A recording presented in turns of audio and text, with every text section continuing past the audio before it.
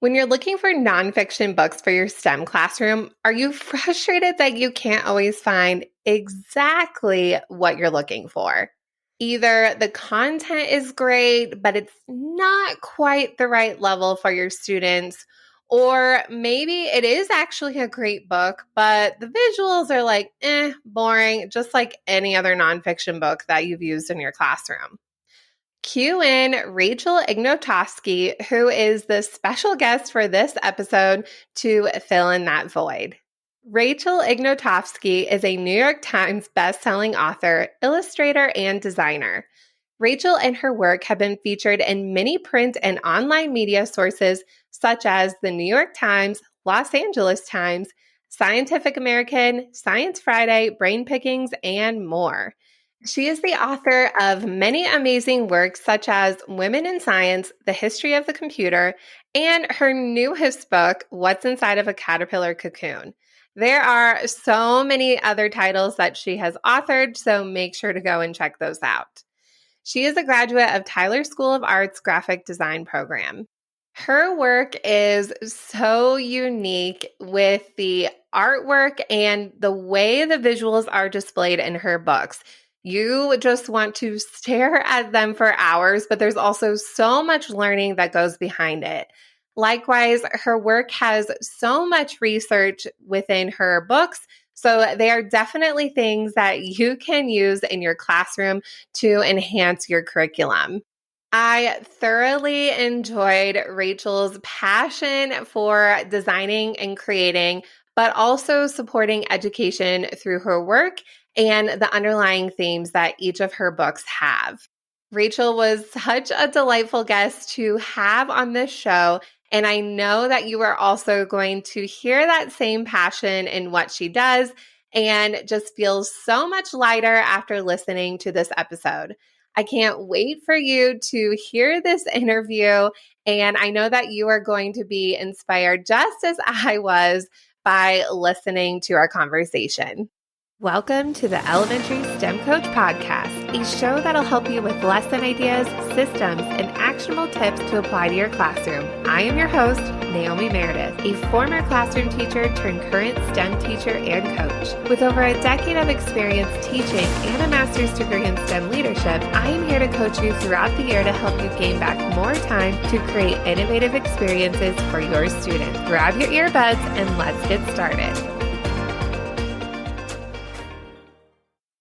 Well, thank you, Rachel, so much for being here. We were talking a little bit before we started recording, and when you guys check out the video, her background is just so sweet, and it almost looks fake because it's so perfect and cute. She has this beautiful red chair, and you're going to tell us in a second. There's some history about this red chair, and like this cute pom-pom background. So this is like one of the cutest backgrounds I've ever seen. Thank you. You know what? I'm just going to say it again. Pom-poms, they go a long way. They're worth the investment, really. Oh, yeah. Yeah. And this red chair, I've actually been sitting my little butt in it and writing books right here in this red chair since 2016. And this red chair has survived like 3 different moves across the country. And so when everything started to be more on Zoom and like video started being so much more important for how we do interviews, I'm like, you know what? Let me take my red chair. Let me put it up against the wall. Let me string up some pom-poms, add some class. And it's so perfect. It's nothing but compliment city. So thank you. Oh, it's so perfect. And this is a teacher audience. Oh, yeah. Every teacher's like, oh my God. Some teachers would be like, I have those pom-poms when they see it.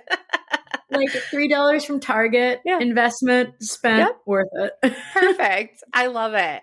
Well, aside from the pom-poms, and it goes into your background a bit, but I would love to hear more about yourself and your background and how your experiences led you into children's STEM literature. I read your About Me in your first book that you created, but for those of us who haven't heard about you, tell us more about yourself. Well, when I first graduated from college, now this is all the way back in 2011, my first job was in Kansas City, Missouri. So I moved across the country all the way from New Jersey to Kansas City, Missouri. And the other young people that I made friends with, they actually were all from all over the country, and they moved to Kansas City, Missouri to be part of Teach for America. So I was there working for Hallmark greeting cards, kind of drawing happy birthday cards and little flowers and cakes all day. And all of my friends, they were in some of the most underserved communities that are in our country, working, stressed out, trying to basically find resources for their classrooms all day.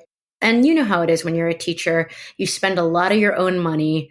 And a lot of my friends were actually doing lesson plans for multiple subjects at a time.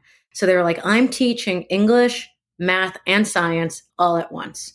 So just hearing the needs that my friends had, I was like, I can make some art. So I started making art about topics that I personally thought were really interesting, but also really having my friends in mind of like, what are some things that they could just literally throw in a PowerPoint or like put on the wall and would be something that they could use in both of their classrooms, English and science, English and mathematics. Yes. And so it really started from that place. And I was so lucky that the rest of sort of like the online community, the science community kind of caught wind of the work I was doing. So I started getting freelance. I was selling posters online. And I was pretty much in just a couple of years able to quit my job at Hallmark and go full-time making science communication and these infographics that teachers could use. All of that led to my first book, which was Women in Science. I have it right here. Yes. Now, that book right there, that really came out of like this necessity. My friends were all like, we don't have a lot of resources in our classrooms to talk about women in history, women in science. Now, remember, this is back in like 2014, 2013. Mm-hmm. At the same time, I was reading a lot about the US Census and like the huge gender gap that was in STEM around 2010 and all the information, all the sort of like kind of like analyzing the data that came in was coming out around that time in 2013, 2014. And the gender gap was just women were graduating in the sciences, but then they weren't getting placed in positions or high level positions. And there was just huge gender gap between women who are graduating with STEM degrees and those getting jobs. And hearing my friends talk about their lack of resources, I was like, you know what? It sounds like this is something that I can actually make.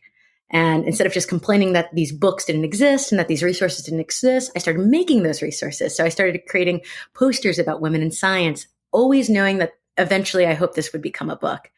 And the posters started getting used in classrooms and hung up in laboratories by like professional scientists. Like I got this email being like, oh, like I'm a chemist and I put up like the poster of Rosalind Franklin in my cubicle. And now all of my colleagues come and ask me about Rosalind Franklin. And I could tell them that she's actually the woman who discovered the double helix.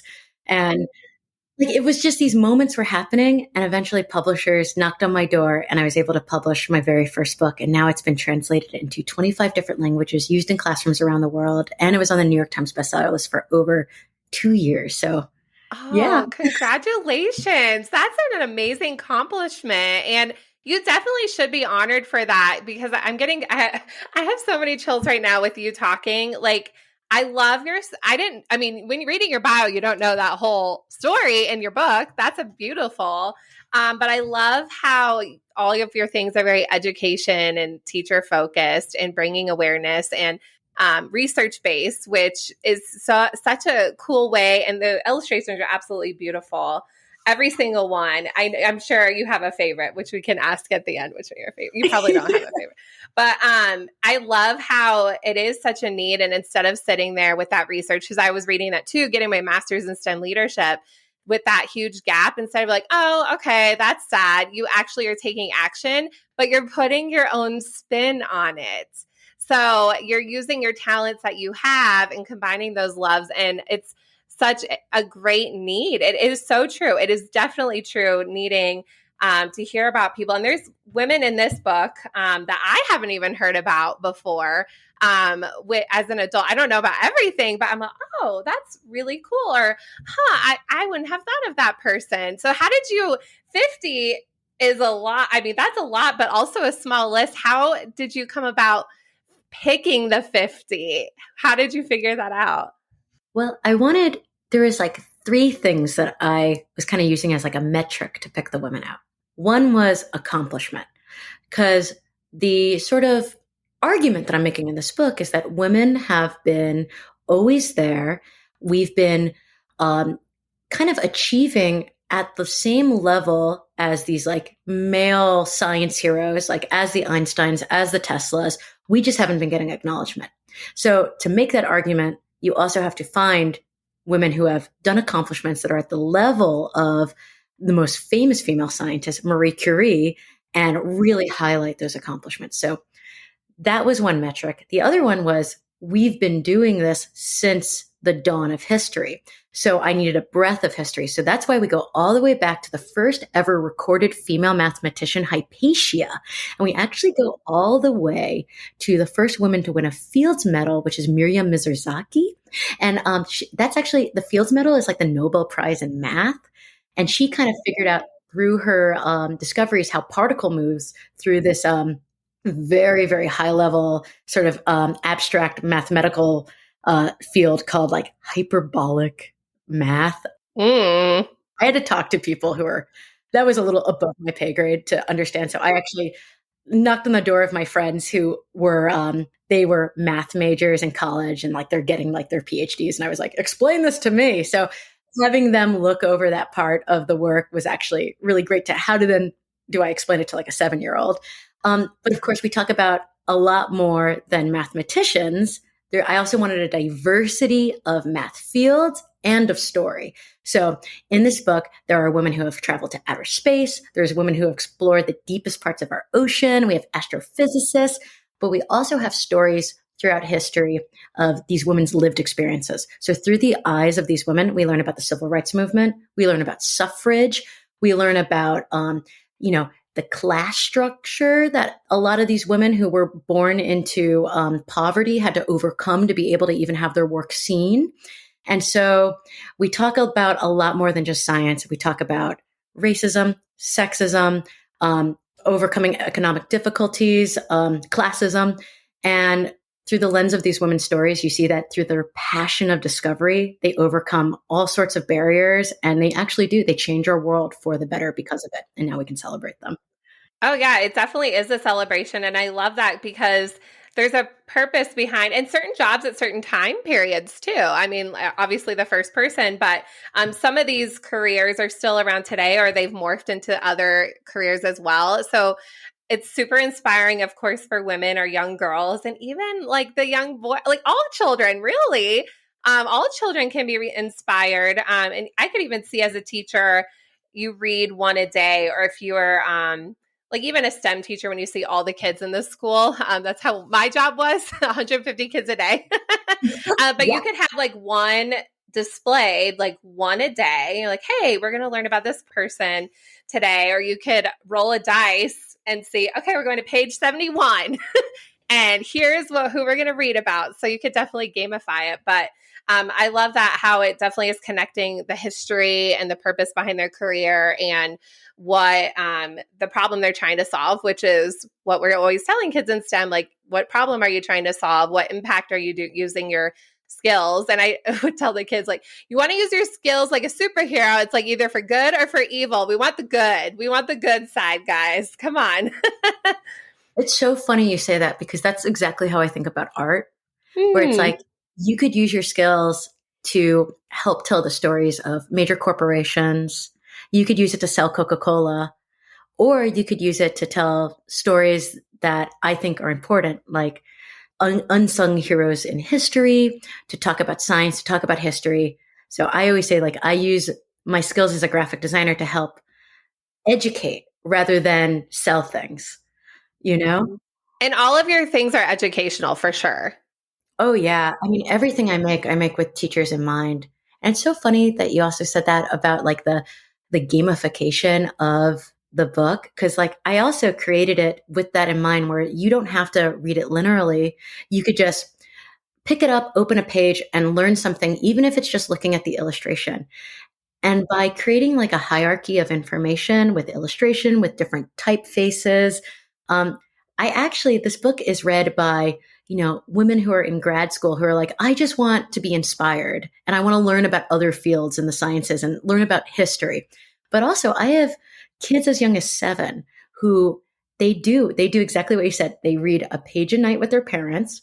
They read the little kids read the fun facts, and then the parent reads the large write up, and then they spend the rest of the night like asking questions, like looking up online on Wikipedia to learn more, get it like, literally like making lists of other books that they could read that are about this woman or the field of study. So it's like hearing stories like that. I'm like, okay, good. The material's working. My evil plan has come to fruition. We're all tricked into learning more. This is great. Yeah, you're tricked into learning more. Yeah.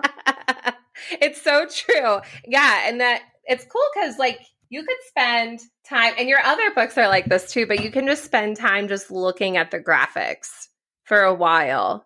And then you could just stare at them. Yeah. Yeah. Like everything I wanted to be like just so beautiful that you would want to display it.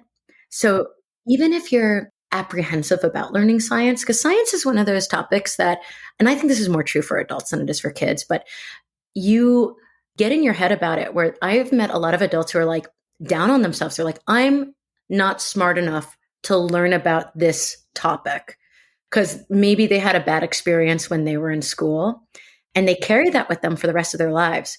But by making something beautiful and also friendly, which I do by just putting happy faces on everything, like power of the happy face is real. It's like a cheap trick and I'm going to keep using it because it works. Literally, you put a smile on the page and you make it beautiful. And then you're reaching a whole new audience who's learning something new and they don't feel the anxiety about learning science completely melts away. And I've done that with my book, The History of the Computer. I've done that with my book, The Wondrous Workings of Planet Earth, and my Women in series.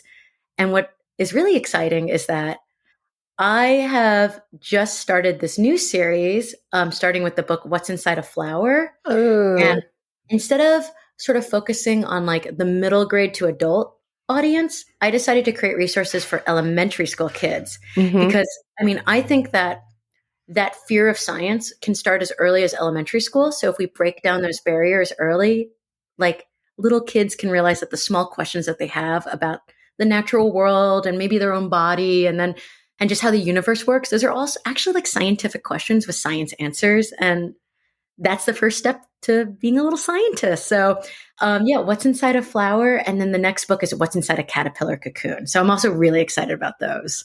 Oh, that's definitely elementary. We teach that. I actually just found a caterpillar the other day and I tried to teach my dog what it was and he did not like it. Yeah. Dogs are a little hard. Yeah. He didn't understand. So I'm like, okay, well, this isn't going to work. But I know. It's true.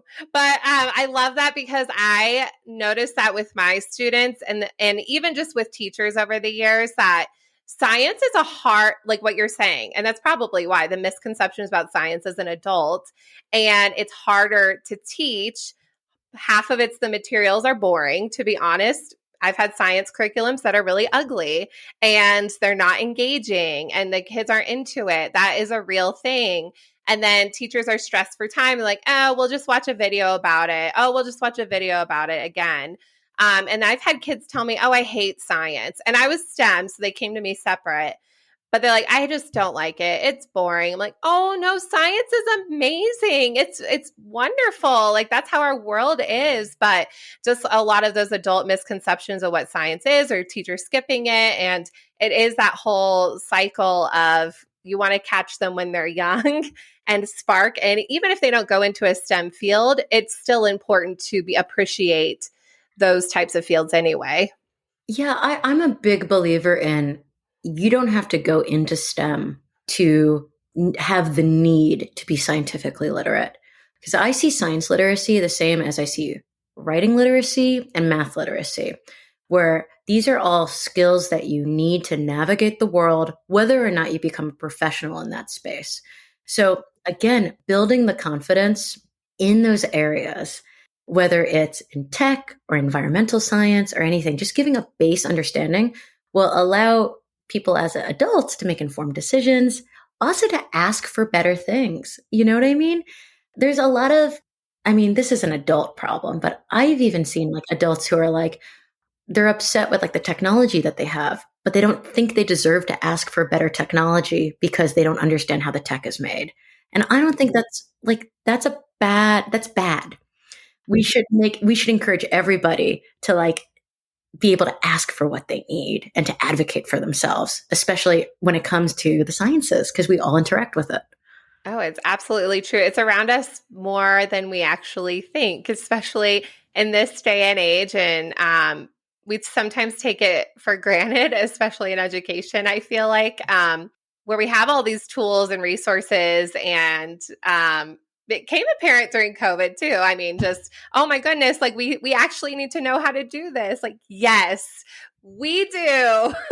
And being a STEM teacher, it's definitely something that I believe in, but I agree just with all of that science, technology, it's important. And we need to spark that passion and that knowledge. And again, when you're young, it'll lead up to all of your life experiences from there. So, but speaking of technology, you also have the history. Where's the camera? History of the computer.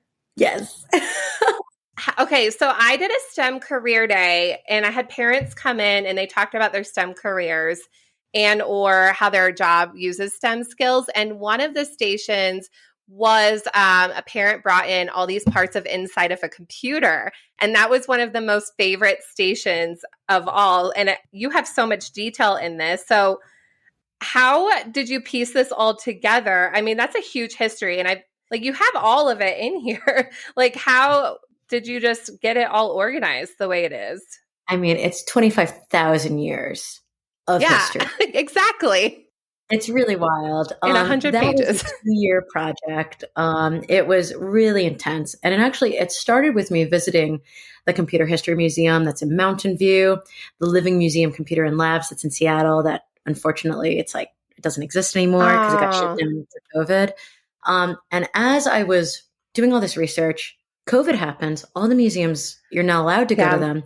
So me and my husband started our own little vintage computer museum in our home. We started buying vintage computers so I could kind of have them as models and also reference points because it's a human history. And if you can't touch the machines and realize how you interact with them, you don't get to really feel them. So we actually have a 1977 Commodore PET and a 1984 Macintosh, and we have a ton of other computers too, but we bring those around when we do school events and the kids go wild for them. We just did Comic-Con and we brought those computers with us, and we had kids as young as 7. They had to be dragged away by their parents because they were having so much fun on those computers. And I'm like, oh, a little historian is born. But in the book, I've thought a lot about my own experience with computers, which is when I was 7 years old, I walked into my public library and I immediately started drawing on a Mac Color Classic.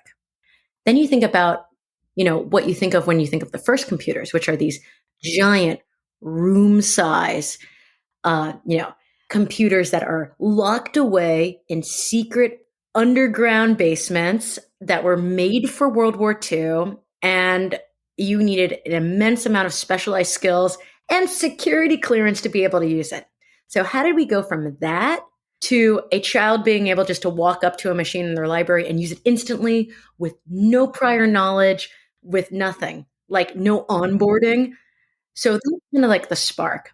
And to tell that story, we actually had to go all the way back to the first mathematical tools ever created by human beings, which were, we're talking about prehistoric humans notching on bones, drawing in the sand, just trying to keep track of the population, how many sheep they had. And it makes you really think that we have been creating tools to augment human intellect, to expand our ability to think, expand our ability to store information since the dawn of civilization. And the smartphones that we're carrying around in our pockets is just an evolution of this tool building that really is baked into who we are as human beings.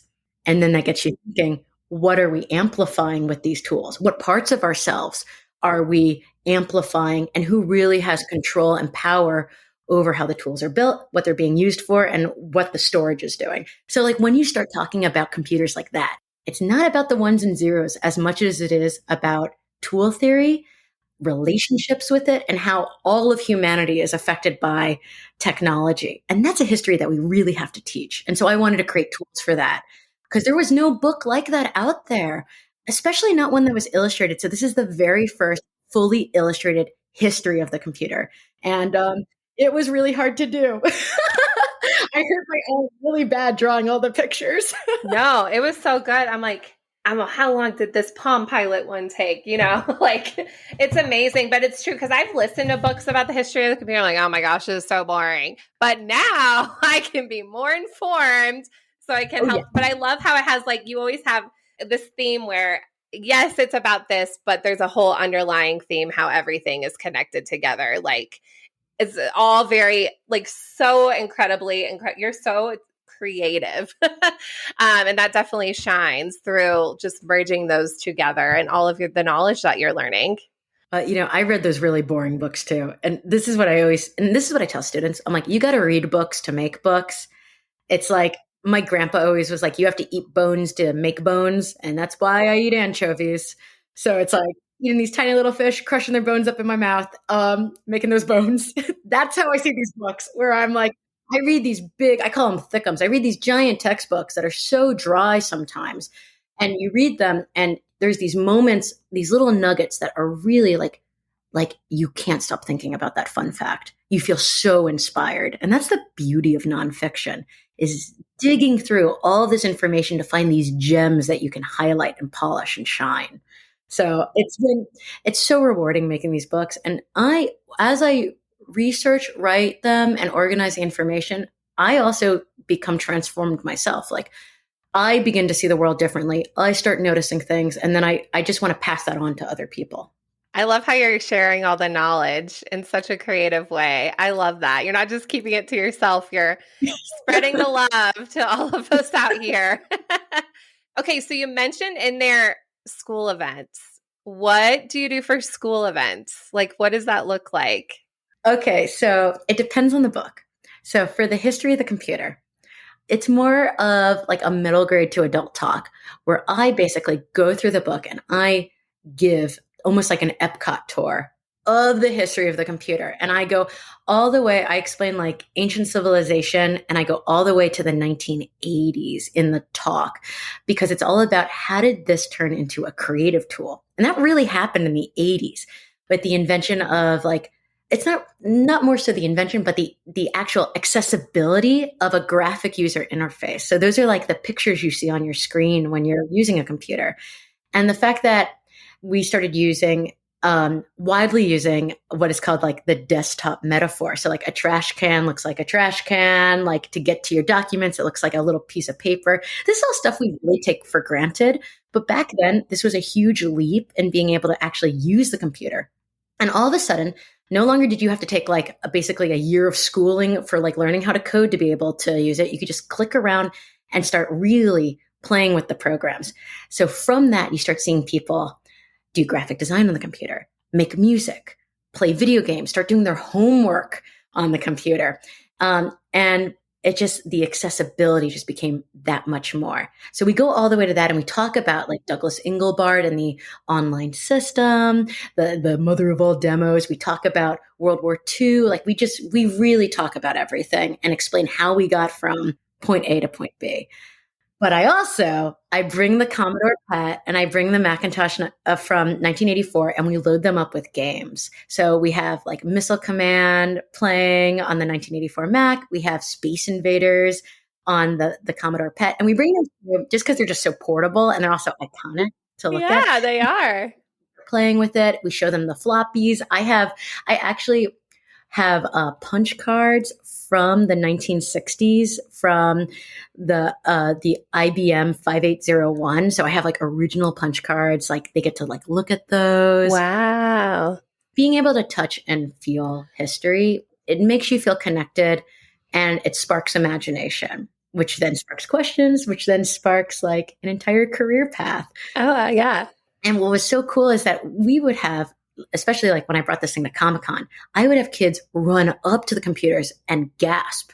There are these like kids who are like 10 years old who are like obsessed with vintage gaming systems. So they recognize the computers And then they start talking about how they like want to become electrical engineers. And like you're talking to kids as young as like 8, like 9, 10 about this. And they're getting excited and their parents are like, I had no idea you liked this so much. So you begin to like really like lean into what these kids like.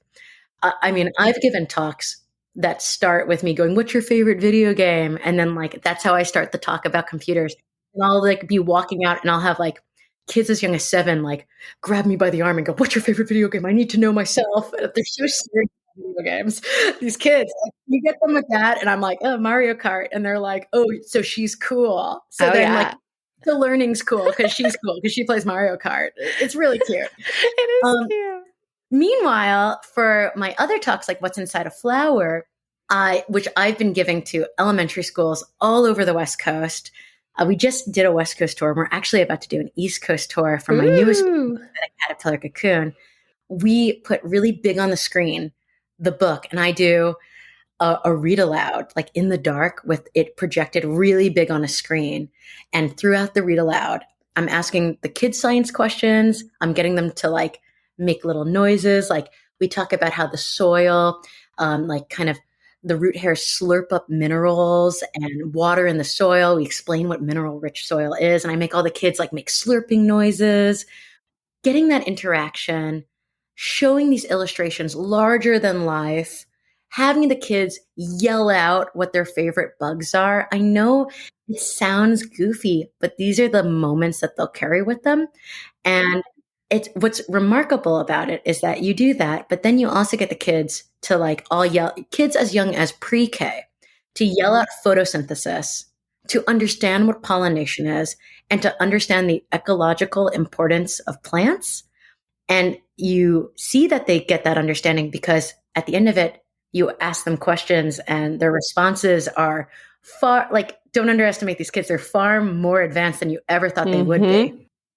So getting the kids to like, tell me what do plants do for people, and like them connecting with them with the fact that those are natural resources. That's very powerful stuff to teach at a young age.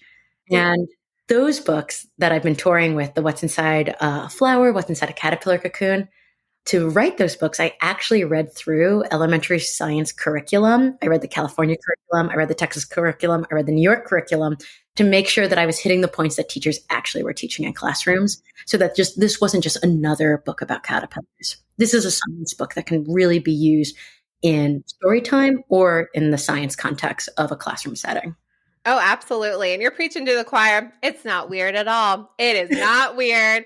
You're talking to all teachers here. They're like, I'm sure they're shaking their heads like, yep, that's real life in the elementary space. You're definitely an honorary teacher for sure. And I want to come see this. I'm sure you are amazing in front of kids. I wrote down tour so I can look up where you're going because I want to go see one. I love that because that's what teachers are looking for. I mean, we're always so bogged down with like standards, curriculum, which makes sense. Honestly, I'm all about that with the content I teach. So that's awesome that you did that for your books. But we're always looking for experiences for our kids that is meaningful. There's limited time in the day, so connecting that all together. So using your book in the classroom along with if they're able to get you into their buildings, and it's all tying it together, whether or not they're teaching at that this year or everything is cyclical. So like it's okay to repeat things and you don't know everything about everything as a scientist. So there's always more to learn and it's good to hear it repeated. That means it's important. So I love that so much. Well, everybody needs to definitely find you and get their hands on like all of your books, but at least start with one. Start with one and then you'll want to buy more.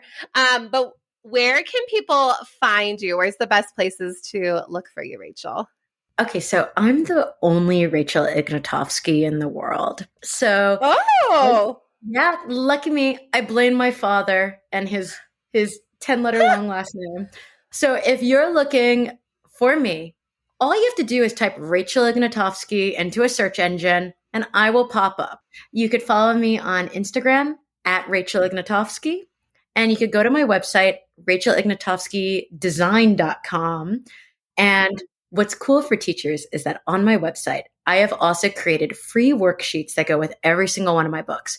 So if you have if you're thinking like, what's a fun activity that I can do that's chill and relax, please come print out my coloring worksheets, print them out and have fun. They're used at natural history museums for adults when they're like having cocktail and like quiz night. And they're used at schools all across the country. So they work on a lot of levels. Everyone likes to color. That's what I've learned. So Rachel Ignotofsky, rachelignotofskydesign.com. And my books are sold everywhere books are sold. So also at your favorite bookstore. Oh, I love that. Well, everyone's going to be definitely hitting you up, especially with back to school time or any time of the year. You're just like great for any teacher who teaches science, and in elementary, that's all of us. So you're great for all of us and adults as well. But I appreciate your time and your passion. I can just tell you're so passionate and just how you're supporting education. And I love how you're using your talents to the fullest. That's amazing. And that you're sharing all of the things that you can do with the world. And I can't wait to see what's in store for you. Oh, thank you so much. Honestly, teachers, since the start of my career, teachers have been the inspiration for every single piece of art that I have made.